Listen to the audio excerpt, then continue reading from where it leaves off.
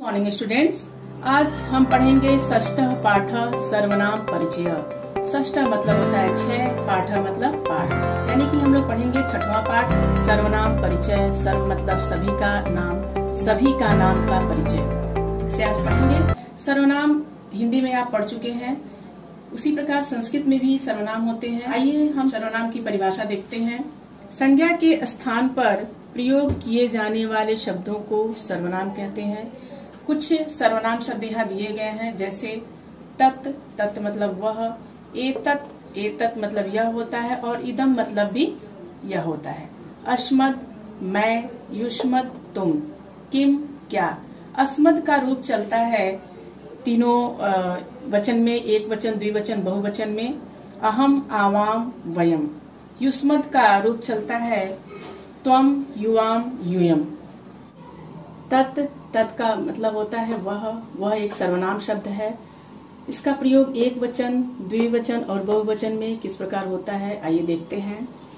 सह, तौ, ते। इसका रूप चलता है सह, तौ, ते। सह मतलब वह, तौ मतलब वे दो, ते मतलब वे सब। इन सभी का प्रयोग हम केवल पुल्लिंग के लिए करते हैं। स्त्रीलिंग में देखते हैं सा, ते, ता। सा मतलब वह, ते मतलब वे दो, ता मतलब वे सब। इसका प्रयोग केवल हम स्त्रीलिंग के लिए करते हैं। नपुंसक लिंग में इसका रूप चलता है तत्, ते, तान। तत् का अर्थ है वह, ते, वे दो, तान, वे सब। बच्चों ध्यान देने योग्य क्या है कि यहाँ पर देखिए पुल्लिंग में भी ते दिया है, तो यहाँ पर ये देखिए ये बहुवचन में दिया है, और यहाँ पर ते का अर्थ है वे सब।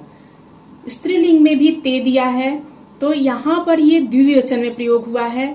यहाँ पर ते का अर्थ है वे दो, और नपुंसक लिंग में भी ते दिया है, यहाँ पर भी इसका अर्थ वे दो है।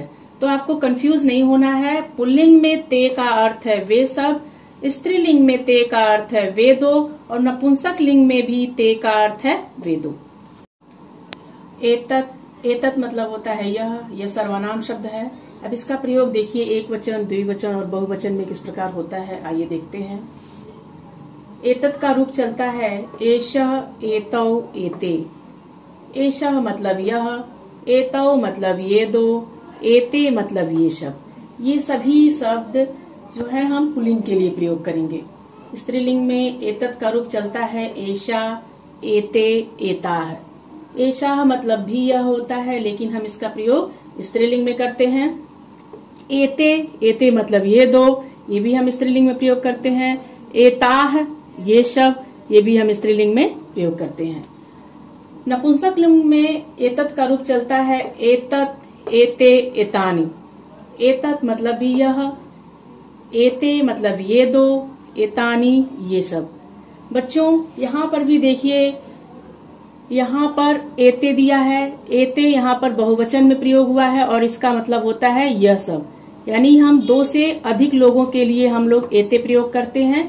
यह पुल्लिंग में, पुल्लिंग में हम एते का ही प्रयोग करेंगे, और स्त्रीलिंग में एते शब्द का प्रयोग हम द्विवचन में करेंगे, और एते का अर्थ होता है ये दो।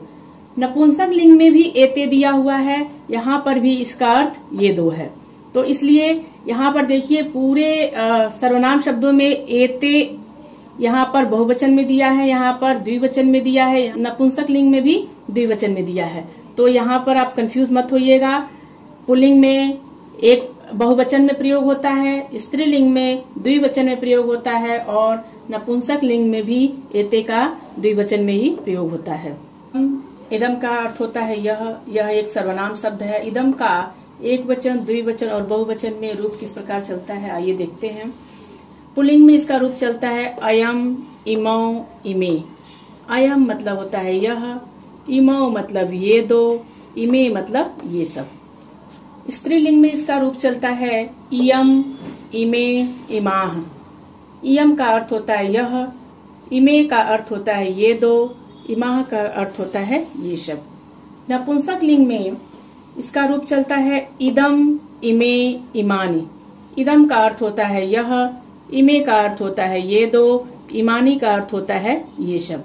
बच्चों यहाँ पर भी ध्यान देने योग्य बात यह है कि इमे बहुवचन में भी दिया हुआ है, यहाँ इमे का अर्थ होता है ये सब। इमे आपका स्त्रीलिंग द्विवचन में भी दिया है, यहाँ इमे का अर्थ है ये दो, और नपुंसक लिंग में भी इमे दिया हुआ है, यहाँ इमे का भी अर्थ ये दो होता है। तो इन चीजों को आप ध्यान दीजिएगा कि इमे आपको पुल्लिंग में भी मिलेगा, स्त्रीलिंग में भी मिलेगा और नपुंसक लिंग में मिलेगा। यहाँ इमे का अर्थ है ये सब, स्त्रीलिंग में इमे का अर्थ है ये दो, और नपुंसक लिंग में इमे का अर्थ है ये दो। किम का अर्थ होता है क्या? यह एक प्रश्नवाचक सर्वनाम है। इसका प्रयोग, किम का प्रयोग एक वचन, द्विवचन और बहुवचन में किस प्रकार होता है, आइए देखते हैं इसका रूप किस प्रकार चलता है। पुल्लिंग में किम का रूप चलता है कह, कौ, के। कह का अर्थ होता है कौन, कौ का अर्थ होता है कौन दो, और के का अर्थ होता है कौन सब। स्त्रीलिंग में इसका प्रयोग का के रूप में होता है। का अर्थ होता है कौन, के का अर्थ होता है कौन दो, काह का अर्थ होता है कौन सब, कौन सब। नपुंसक लिंग में इसका रूप चलता है किम, के, कानी। किम का अर्थ होता है क्या, के का अर्थ होता है क्या दो, कानी का अर्थ होता है क्या सब। बच्चों यहाँ पर भी देखिए बहुवचन में आपका के दिया है, के का यहाँ पर अर्थ है कौन सब, ये पुल्लिंग के लिए प्रयोग होता है। और स्त्रीलिंग के द्विवचन में भी आपका के दिया हुआ है, यहाँ पर के का अर्थ होता है कौन दो, और नपुंसक लिंग में भी के दिया है, यहाँ पर क्या के का अर्थ होता है क्या दो। तो पुल्लिंग में ये बहुवचन में के का प्रयोग होता है, स्त्रीलिंग में द्विवचन में के का प्रयोग होता है, और नपुंसक लिंग में के का प्रयोग भी द्विवचन में होता है, लेकिन इसका अर्थ क्या दो होता है। तो यहाँ पर बच्चों आप इसको याद करते समय इस चीज का ध्यान दीजिएगा कि के का प्रयोग 3 जगह तो आया है, लेकिन इसका प्रयोग एक वचन में हो रहा है कि द्विवचन में हो रहा है कि बहुवचन में हो रहा है, इस बात का आप विशेष ध्यान दीजिएगा। अस्मत्, अस्मत् का अर्थ होता है मैं, यह एक सर्वनाम शब्द है। अस्मत् का रूप एक वचन, द्विवचन और बहुवचन में किस प्रकार चलता है, आइए देखते हैं। एक वचन में इसका रूप है अहम, आवाम, वयम। अहम का अर्थ होता है मैं, आवाम का अर्थ होता है हम दो, और वयम का अर्थ होता है हम सब। बच्चों स्त्रीलिंग और पुल्लिंग दोनों में इसका समान रूप से प्रयोग होता है, क्योंकि हम लड़कों के लिए भी मैं का प्रयोग करते हैं, हम दो का प्रयोग करते हैं और हम सब का प्रयोग करते हैं, और लड़कियों के लिए भी हम लोग मैं का प्रयोग करते हैं, हम दो का प्रयोग करते हैं और हम सब का प्रयोग करते हैं। नपुंसक लिंग में अस्मत् का प्रयोग नहीं होता है, केवल स्त्रीलिंग और पुल्लिंग दोनों में इसका प्रयोग होता है। युष्मत् का अर्थ होता है तुम एक सर्वनाम शब्द है।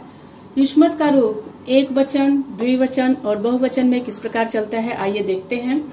इसका रूप चलता है एक वचन में त्वम, द्विवचन में युवाम, बहुवचन में यूयम। त्वम का अर्थ होता है तुम, युवाम का अर्थ होता है तुम दो, और यूयम का अर्थ होता है तुम सब। बच्चों इसमें भी युष्मत् के रूप में भी स्त्रीलिंग और पुल्लिंग सिर्फ 2 ही रूपों में समान रूप से इसका रूप चलता है। नपुंसक लिंग में इसका रूप नहीं चलता है, क्योंकि तुम जो है हम लड़कों के लिए भी प्रयोग करते हैं और लड़कियों के लिए भी प्रयोग करते हैं। तुम दो ये लड़कों के लिए भी प्रयोग करते हैं और लड़कियों के लिए प्रयोग करते हैं। तुम सब ये भी हम लड़कों के लिए और लड़कियों के लिए समान रूप से प्रयोग करते हैं। नपुंसक लिंग में इसका युष्मत् का प्रयोग नहीं होता है। बच्चों आपको जितना मैंने पढ़ाया है ये सभी एक शब्दार्थ के रूप में आप इसको याद कर लीजिएगा, तब अच्छे से आप इसके आगे वाले जो चैप्टर हैं आप अच्छे से अनुवाद कर सकते हैं। आशा करती हूँ कि आपको षष्ठ पाठ सर्वनाम परिचय का जो भी मैंने बताया है आपको समझ में आ गया होगा। धन्यवाद।